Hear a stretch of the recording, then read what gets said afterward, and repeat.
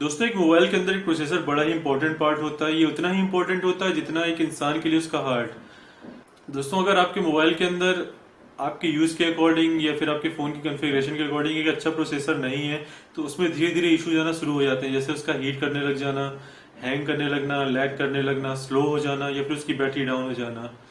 और ये धीरे धीरे इशू इतने ज्यादा बढ़ जाते हैं कि फाइनली आपको अपना फोन चेंज करना पड़ जाता है। दोस्तों, आज हम यहाँ प्रोसेसर से जुड़े हुए कुछ पॉइंट्स को यहाँ पर क्लियर करेंगे, जैसे कि उसका आर्किटेक्चर क्या होता है, उसमें प्रोसेस टाइप क्या है, उसमें कोर्स क्या होते हैं और उसकी फ्रीक्वेंसी वगैरह क्या है। ये पॉइंट्स क्लियर हो जाने के बाद नेक्स्ट टाइम आप जब अपना फ़ोन लेने जाएंगे मार्केट में तो आपके दिमाग में कोई भी कन्फ्यूजन नहीं रह जाएगा प्रोसेसर को लेके। एक अच्छा फ़ोन आप वहाँ पर चुन पाएंगे। दोस्तों, आप देख रहे हैं टेकी दोस्त। आइए आज प्रोसेसर को समझते हैं।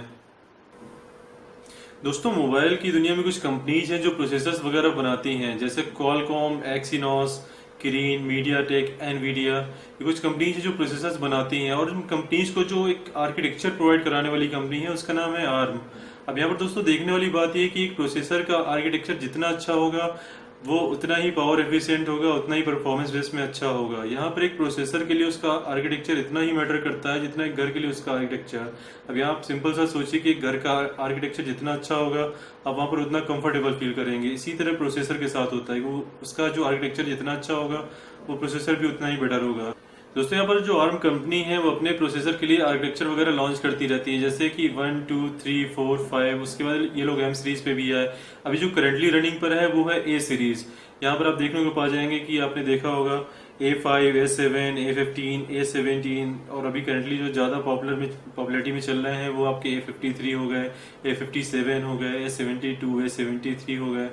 और जो करंटली जिसमें वर्किंग चल रही है वो आपकी है A55 और A75। तो यहाँ पर आपको सिंपल सा देखना है कि अगर हम सिंपल एक सीरीज को ले लें, ए सीरीज को ले लें, तो यहाँ पर आपके पास जो बड़ा नंबर होगा वो ज़्यादा बेटर होगा। यहाँ पर हम सिंपल सा ये कह सकते हैं कि A72 A53 से बेटर है और यहाँ पर A73 A72 से बेटर है। तो ये इसका जो एक फॉर्मूला है यहाँ पर ये आपको देख लेना है। दोस्तों, जो अगला पॉइंट है इस पर आपको ध्यान देना है वो है प्रोसेस टेक्नोलॉजी और प्रोसेस टाइप। यहाँ पर एक और शब्द सामने निकल कर आता है वो है ट्रांजिस्टर का। तो यहाँ पर देखिए ट्रांजिस्टर क्या होता है। ट्रांजिस्टर्स एक प्रोसेसर के अंदर लगे हुए मतलब लाखों करोड़ों की तादाद में लगे हुए होते हैं। यहाँ पर हमको जो ध्यान देना है वो उसके साइज पर ध्यान देना है कि वो किस टेक्नोलॉजी पे बना हुआ है। यहाँ पर आपको ये देखना है कि 28 एनएम पर है कि 14 एनएम पर है, 10 एनएम पर है। जो करंटली जो रनिंग पर है वो 10 एनएम पर है। और जैसे आपने देखा होगा कि 835 जो HTC U11 वगैरह में लग के भी आया है अभी करंट में। तो ये जो है 10 एनएम पे मिलने वाले आपके प्रोसेसर हैं। मैं आपको कुछ प्रोसेसर यहाँ पे नाम बता देता हूँ, जैसे 835 हो गया, X30 हो गया मीडियाटेक का, और एक्सीनोस का यहाँ पर 8895 हो गया। इन सब में यहाँ पर 10 एनएम टेक्नोलॉजी का यूज हुआ है। और दूसरे प्रोसेसर्स भी हैं, जैसे आपका 625 क्वालकॉम का है, 626 भी क्वालकॉम का हो गया। यहाँ पर एक्सीनोस का 7870, 7880, 8890, इन सब में यहाँ पर 14 nm टेक्नोलॉजी यूज हुई है। और इसके बाद भी और भी प्रोसेसर्स हैं जो कि 16 nm पर भी हैं, 20 nm पर भी हैं, और बहुत सारे आपके 28 nm पर भी यहाँ पर आपको मिल जाते हैं। यहाँ पर दोस्तों आपको सिंपल सा देखना है कि जो ट्रांजिस्टर का जो साइज होता है वो जितना कम होगा वो उतना ही आपके लिए बेटर होगा, मतलब उतना ही पावर एफिशिएंट होगा और परफॉर्मेंस में आपका बेटर होगा। सिंपल सा आप यहाँ पे कह सकते हैं कि 14 nm का जो यहाँ पर ट्रांजिस्टर होगा वो 28 nm से काफ़ी ज़्यादा पावर एफिशिएंट होगा और परफॉर्मेंस में भी बेटर होगा। तो ये यहाँ पर कुछ पॉइंट्स इस चीज़ में आपको ध्यान देने हैं। और जो अगला पॉइंट है जिस पर आपको ध्यान देना है वो होता है आपका कोर्स का। देखिए, मैं कोर्स का भी आपको यहाँ पर मतलब समझा देता हूँ कि क्या होता है। कोर्स का मतलब है कि एक प्रोसेसर एक बार में कितने काम कर सकता है। अगर आपके प्रोसेसर में सिंगल कोर है तो आप यहाँ पे कह सकते हैं कि हमारा प्रोसेसर एक बार में एक ही काम करेगा। ड्यूअल है तो 2, क्वाड है तो 4 और ऑक्टा है तो 8। दोस्तों, यहाँ पर हम मान लेते हैं कि हमारे पास एक ऑक्टा कोर प्रोसेसर है और अपने पास जो एक काम है, टास्क है जो कंप्लीट होना है, वो 10 सेकंड में एक टास्क कंप्लीट होता है अगर वो सिंगल कोर होता है तो यहाँ पर आप देखिए सिंपल सा ये मान लीजिए कि हो सकता है कि वो 8 कोर एक ही टास्क को कंप्लीट करने में लग जाए, या फिर अपने पास अगर दूसरे टास्क भी अवेलेबल है तो 8 कोर अलग अलग मतलब बढ़ जाए काम करने के लिए। तो ये एक प्रोसेसर की जो एल्गोरिदम होती है उस पर बेस्ड होती है, कि प्रायोरिटी बेस्ड होती है कि किस तरह से किस काम को किस तरह से बांटना है मतलब इन सारे कोर्स के बीच में। मैं सिंपल सा यहाँ पे एक बार फिर से कह देता हूँ कि वो जो मे बी उस 8 कोर्स में आठों की आठों को एक ही काम करने में हो सकता है लग जाए, या फिर इन 8 कोरों को अलग अलग काम यहाँ पे डिवाइड कर दिए जाए। अगर 20 काम है या फिर 50 काम है तो 8 कोर वो अलग अलग अपने हिसाब से डिवाइड करके उनको सारों को कंप्लीट कर लें।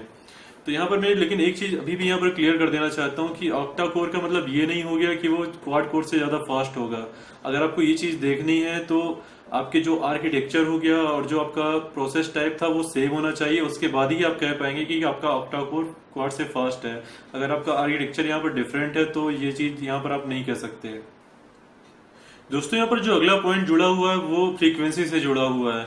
यहाँ पर आपने मोस्टली अपने मोबाइल्स के जो स्पेक्स वगैरह आप देखते हैं उसके डब्बे वगैरह के पीछे जो लिखे होते हैं, आपने देखा होगा कि उस पर लिखा होता है कि 2 गीगाहर्ट्ज है, 1.4 गीगाहर्ट्ज है, 1.6 गीगाहर्ट्ज है। तो यहाँ पर हम इसी चीज को समझेंगे कि गीगाहर्ट्ज यहाँ पर क्या होता है। दोस्तों प्रोसेसर में एक क्लॉक लगी होती है और उसकी अपनी एक स्पीड होती है, जिसे आप क्लॉक स्पीड या क्लॉक रेट भी यहाँ पर कह सकते हैं। ये हर्ट्ज में मेजर की जाती है और आजकल हम लोग यूजली उसको गीगाहर्ट्ज में बोल देते हैं। यहाँ पर क्लॉक स्पीड का मतलब हुआ कि एक प्रोसेसर एक सेकंड में कितने क्लॉक साइकिल परफॉर्म कर सकता है। 1 गीगाहर्ट्ज का मतलब हुआ कि एक सेकंड में 1 अरब क्लॉक साइकिल परफॉर्म हो सकती हैं। तो देखिए यहाँ पर कितना फास्ट होता है। यहाँ पर मैं एक चीज और बता दूं कि एक प्रोसेसर एक सेकंड में कितने काम कर लेगा, कि मतलब ये कहना थोड़ा मुश्किल हो जाता है। काफी फास्ट स्पीड, अगर उसमें सिंगल कोर भी लगा है तो इतने काम एक बार में कर सकता है 1 गीगाहर्ट्ज में, कि मतलब उसको कहना यहाँ पे डिफाइन करना थोड़ा टफ हो जाता है। और हो सकता है कि एक 10 मिनट एक मतलब टास्क को कंप्लीट करने में वो 10 सेकंड भी यहाँ पर लगा दे। दोस्तों ये एक प्रोसेसर पर ही डिपेंड करता है कि वो गीगाहर्ट्ज में कितने सारे काम कर लेता है या फिर एक काम को कंप्लीट करने में कितने गीगाहर्ट्ज यहाँ पे लगा देता है, कितने कोर्स लगा देता है। दोस्तों यहाँ पे मैं एक बार फिर से रिपीट कर देता हूँ कि आपको यहाँ पे अपना प्रोसेसर चुनने में किस तरह की पॉइंट्स पे ध्यान देना है।